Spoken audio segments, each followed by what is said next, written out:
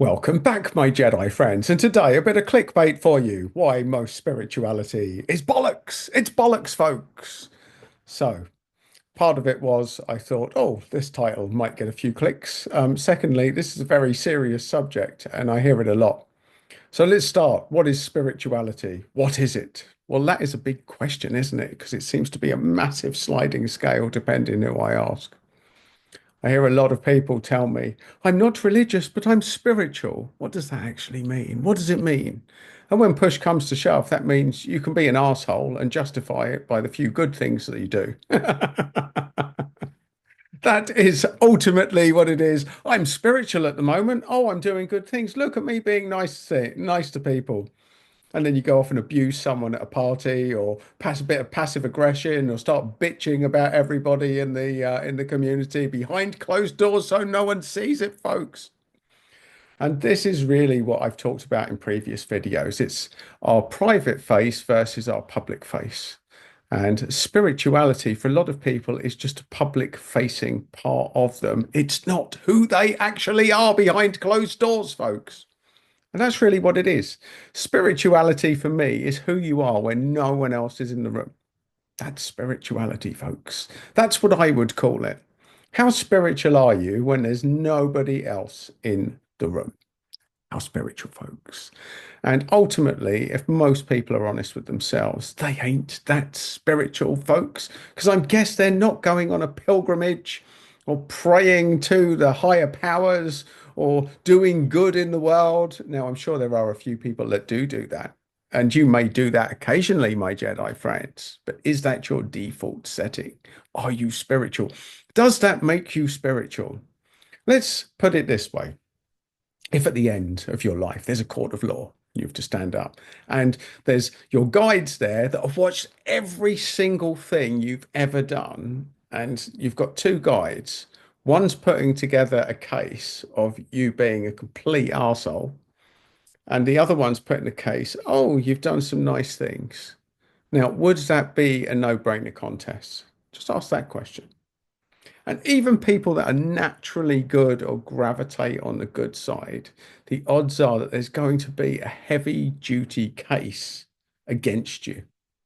A heavy duty case against you, folks. I know there is against me, and I hold my hand up, folks. My Jedi friends, I have been in touch with that darker side of myself, and I am definitely not all sweetness and light. Now, what I would say, in fairness, and the other side of the coin, but Your Honour, there is a case. He has been generally more good than bad, and I generally don't deliberately fuck anybody over, which puts me, especially in my times in the world of finance, in a very rare bracket, folks. Because occasionally you get thrown into environments where it's sink or swim. So I did spend a couple of years working in the world of finance. And here is something that I haven't told many people. I did an energy exercise at the beginning of that, and I put it on that I didn't want to be involved in any deals where someone was going to get fucked over. And so many deals that went to the very last minute that fell through at the last minute. And I often wonder how much more well off financially I would have been if I hadn't put that energy, put that energetic caveat on all the dealings.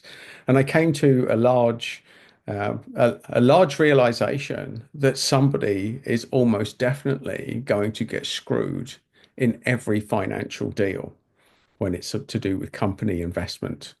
So there you go, folks. Now, I'm sure that there's some people that aren't, but usually somebody, either the person selling the equity or the person investing in the equity, usually somebody gets a short straw there. Not everybody, folks, not everyone. And I don't want to generalize, but what I will say is I saw the most dubious ethics of my life in that sector.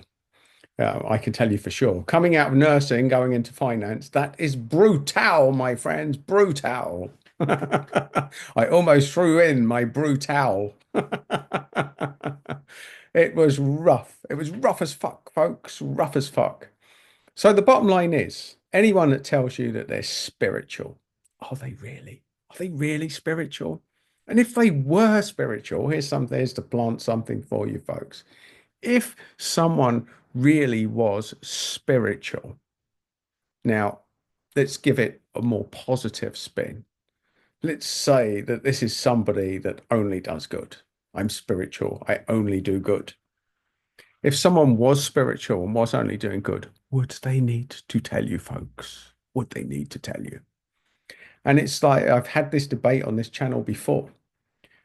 People that are good at what they do they really need to tell you? Now, there's one thing being a craftsman, being on LinkedIn, putting your CV forward. Yes, you have to put a good foot forward and you have to sell yourself in a positive way. That's a different scenario from meeting somebody randomly where there's nothing at stake and them pitching to you that they are spiritual. They are spiritual, folks, when there's nothing in it for them except maybe the bullshit magnets that maybe they're rolling out. So I'm just throwing this in for a little bit of clickbait. Yes, it's a little bit of clickbait, folks. Why not? Why not? Nobody likes boring titles on YouTube. And it's those sort of things that start interesting debates. But this is an interesting debate, I believe. I believe it's an interesting debate. If somebody is truly spiritual, by your definition, not mine, my definition would that you go around doing good. Let's say most of the time. I would say all of the time, but that's not realistic. Most of the time. When I say most of the time, you'd have to be, if you're spiritual, you'd have to be at least in the 90% range, I would imagine. But again, we all have different definitions of what is spirituality. You generally do more good for people. Do you bitch behind them behind their back? Now, from an energy point of view, you might think you're being clever behind closed doors, bitching about people.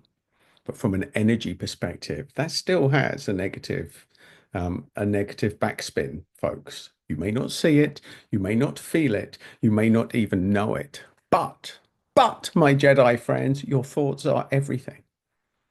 And it is natural to be pissed off occasionally. And it's natural for people to piss you off. And as you'll know, if you follow the channel, it's natural for people to piss you off until you own that you're not all sweetness and light. You're not all spirituality, my Jedi friends. Sometimes you have to go dark.